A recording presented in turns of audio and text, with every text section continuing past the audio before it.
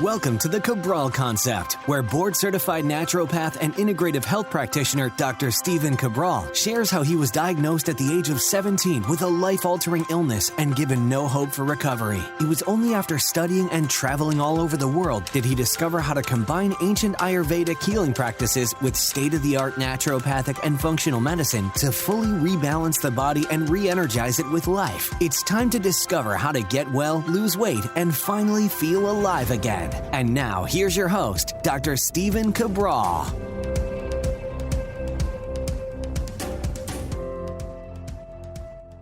Welcome back, everyone. We're here on the Cabral Concept. It is our Mindset and Motivation Monday, all about discovering and rediscovering you, who you are, and really what you want out of life. I'm telling you right now, if you begin to do the exercises that we talk about in today's video and podcast, you will begin, in my opinion, to start to see who you are in a new light. It will lead you down a new path in life. It does not have to completely disrupt your current life, but it is one that will ultimately lead to far more peace, contentment, and happiness. This is something that I had to do in my own life. I had to explore for myself. My 20s were certainly a time where I started to rediscover who I was, what I really wanted, and also, I would say in large part, what I didn't want in life. So I was able to give up a lot of things that I just decided were not right for me.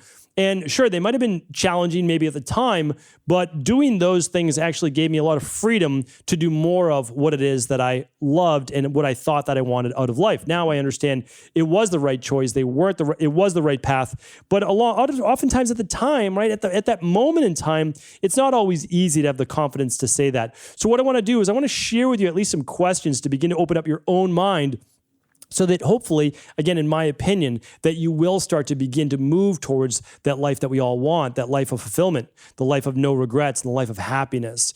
So one thing that I like to share with you is that this is a rediscovery, because in my opinion, we all knew at least when we were a child what it is that we wanted. But over time, like I spoke about on last week's Mindset and Motivation Monday podcast, we lose who we are as we start to go through the growing process. So what happens is, as we get to a certain age, somewhere around maybe 8 years old, 10 years old, even a little bit before that, we start to realize that there are people judging us. There are people looking at us, and we look to get their approval. So first it's our parents, and then it's sometimes our teachers at school. Then as we become teenagers, it's our peer group and maybe a girlfriend, boyfriend, a partner. And then we start to look for approval from the higher education systems, and then our work around us, and then family and spouses and all these different things. So what happens is every time we look for this approval, we set aside a little bit of who we are.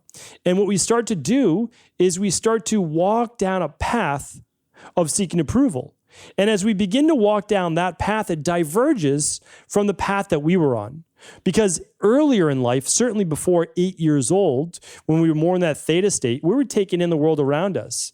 But we were living in a way that really only a child can, where it was more looking for immediate gratification, doing the things that we love to do in that moment. And when we're a child, we are truly living for that moment. We're not looking to the future. You tell your child, hey, we're going to be able to do that in just 5 minutes. They're like, 5 minutes? It's the end of the world having to wait just 5 minutes, because you're living, you're present, you're in that moment, and you're already walking down the path of what you want out of life.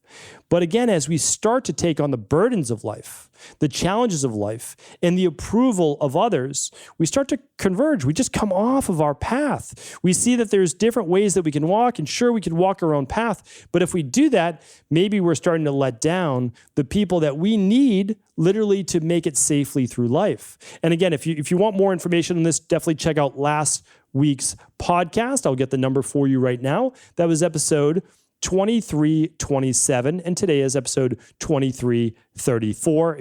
So what I want to share with you here today is that it's a rediscovery of how do we get back on the path that we knew was in alignment with who we were truly meant to be.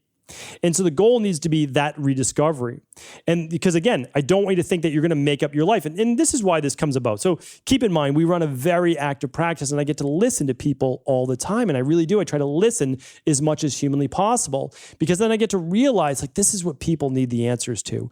And if there's a couple people asking this, well, think about that couple people represents tens of thousands or even millions of people that were all on this path together.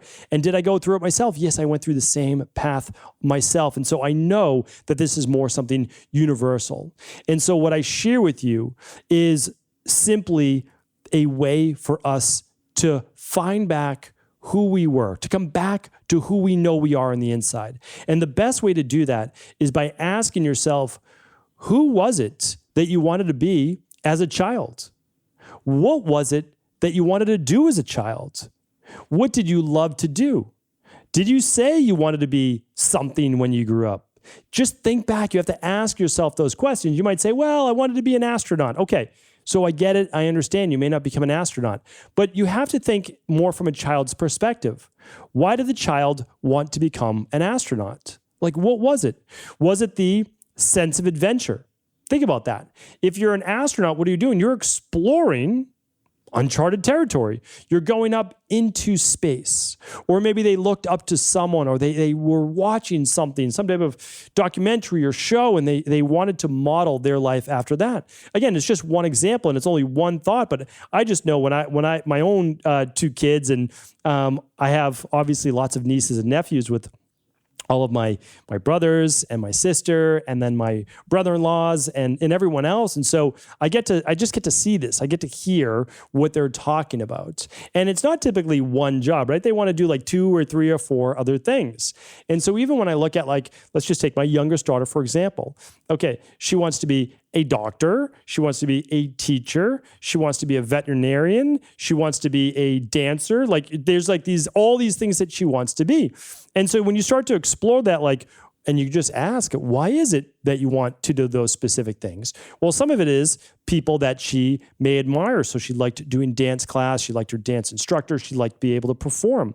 Okay, she likes animals. She likes these different things. But really what we're talking about is, okay, someone who may want to go into teaching others, helping others, being in the front line with others, not necessarily behind the scenes, but actually one of those things. So again, these are only a few examples, but what was it that you used to talk about?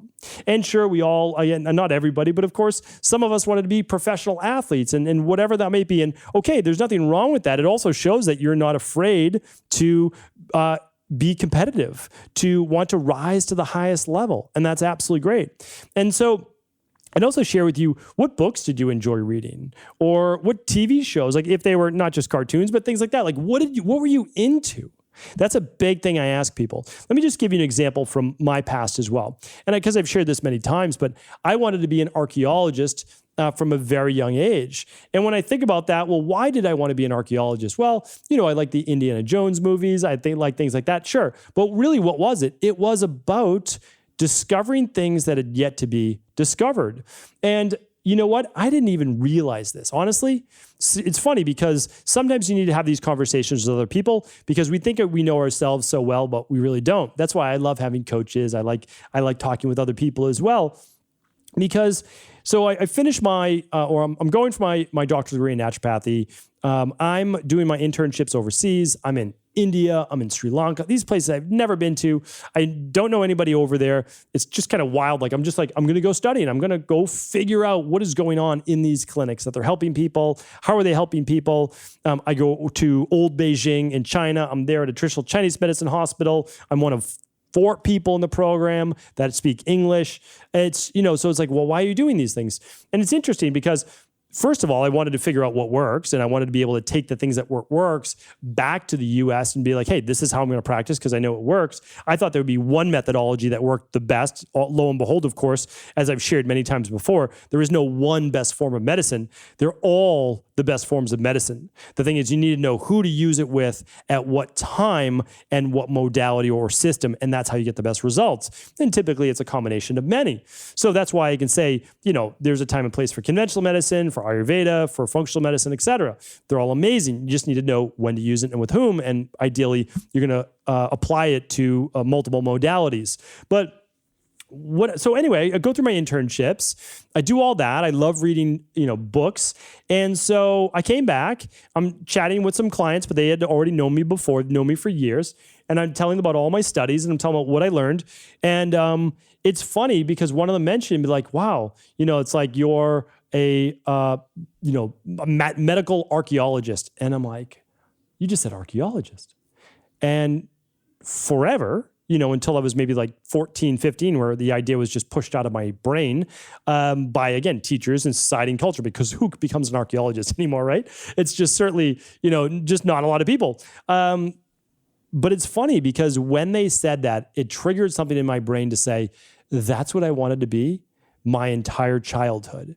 And I got to live that out and still do to this day by studying texts, and I love to read old texts that maybe we've skimmed over. Or maybe I'm not the only one, but maybe I'm one of a couple thousand people that are actually reviewing this. And so I love discovery. And the discovery of being an archaeologist just came through in my work as a naturopath. It's my work of trying to help people as an integrative health practitioner, trying to bring these modalities together. And I love being able to do that. But I also have always loved teaching. Every single job, I used to teach sailing to kids and adults as a teenager and through college for my summer work. I was a personal trainer. I was a nutritionist. I helped train other personal trainers. I helped their clients with specific nutrition. Like, these are all things that I've always loved, is the teaching and the discovery. So it's funny because I think that it doesn't have to exactly be maybe what you wanted to as a child, but what you can do is apply that love of whatever you had with what you might be doing here today. And if you can't seem to grasp what it was from childhood before, again, we were diverted from the path that we were on, or told that these things just weren't possible, right? Like, hey, it might be right for somebody else, but not for you, or we don't do those types of things, or in this family, all these different types of sayings. But I would share with you this, because there's another way to go about this. And I've done a podcast probably a couple of years back on this. One of the ways to rediscovering you, to rediscovering what makes you at peace with you, makes you content, is what activities can you do where hours seem like minutes, where time ceases to really exist. And there's a few things that I know where it's like that for me. One is reading new books that I love. The hours just pass. They really do. And that's not that way for many people or for everybody, and which is totally fine. Some people, it's listen to music or dancing, or it's singing, or it's math. Everybody has their own thing. It really is. Or talking with people, like having great in-depth conversations. So I think what we can do is we can start to look at, is there anything in our own life? Maybe it doesn't happen very often for you. Maybe it's once a month, or maybe it's once a quarter. But what are the times where time just passes? Like, it moves quickly. And it's those times that I'd say, can you get more of that in your life? Like, is there any way, maybe not every day, because again, we have our own adult lives. We've got a lot of demands on our time. I'm not saying that. But is there a way that maybe over the next couple months, we could start to get more of that in our life? And then if possible, because again, I always say we're all in our own phases of life, and my wife and I have talked about this many times, but for the next decade, it's all about our daughters. Like, it really is. And then the previous decade before this one, there's a 20-year time period that all of our decisions are made through the lens of our daughters. That's basically it. Some people, that might not be the way that they view life, and that's okay. But we've just made that decision. So if there's a school that we want our girls to go to, that's what we're going to sacrifice for, in terms of where we live or the money that we spend or whatever it might be. And again, I feel very fortunate that we're able to do that. I work from a virtual-based position, and we can send them to those schools if we choose to. It's our decision of whatever we feel is best for our daughters. But what I'd share with you is that you can still move towards that. So maybe you're not in the phase right now that you can move into this thing that you want to be or do. But I always go back to that missing 6 hours per day. And I love just, again, hearkening back to that podcast, because if you can listen to it, it's just brass tacks. It's just actionable. I love being able to give action tips. Like, how can we help? All right. So most people, even if you're working a 9-to-5 job or whatever you might be doing, can you get back a half hour at the beginning of your day and the end of your day? And most people can't. It might be before the rest of the family wakes up or after the whole family goes to bed. There has to be a time where you can get back a little bit more of your own time. And this isn't being selfish. This is actually creating harmony in your life. I've found that if I'm waking up earlier than the rest of my family, and I love doing that, and here's why. All I need is 30 to 60 minutes of my own time. That's it. So but why is that? Because I feel like after everybody's up, my job is to take care of them the best that I can. And, again, besides my daughters, nobody needs me to take care of them, but it's my job to try to be of service. So I'm trying to help, my daughters get ready in the morning. I'm at work. I'm trying to help people with questions they have. I'm trying to help wellness clients with questions they have. I'm trying to do these recordings to do my best to try to pass on what I've learned in my life that I've been fortunate enough to learn that I think might help at least a few other people. And so that's everybody else's time. And I'm actually really good with that. I'm happy with that. And I feel like it feeds me as well. So, but here's the thing. By setting myself up with just a little bit of that time early in the day to do the things that I enjoy doing, that I feel allows me to be on the path that I truly wanted to be in life, then what it does is it allows me then to freely give to others because I've been filling myself up. So if I can fill myself up a little bit more, of course I have more to give. It's a general philosophy in life. It really is. It's the understanding that, and I always go back to this, but Jim Rohn said it best, and it's just the way that it is. So I'm going to try to always give credit where credit's due. But if I take care of me for me, and you take care of you for you, we're living an overall happier life. Like that's the thing, right? I take care of me for you, you take care of you for me. Like that's in relationships. But in general, like if we can do a better job at taking care of ourselves, we're just less reliant on others. That doesn't mean we don't need to rely on them. It doesn't mean we can't be in codependent, like healthy codependent relationships. It's not that. It just means that you're good.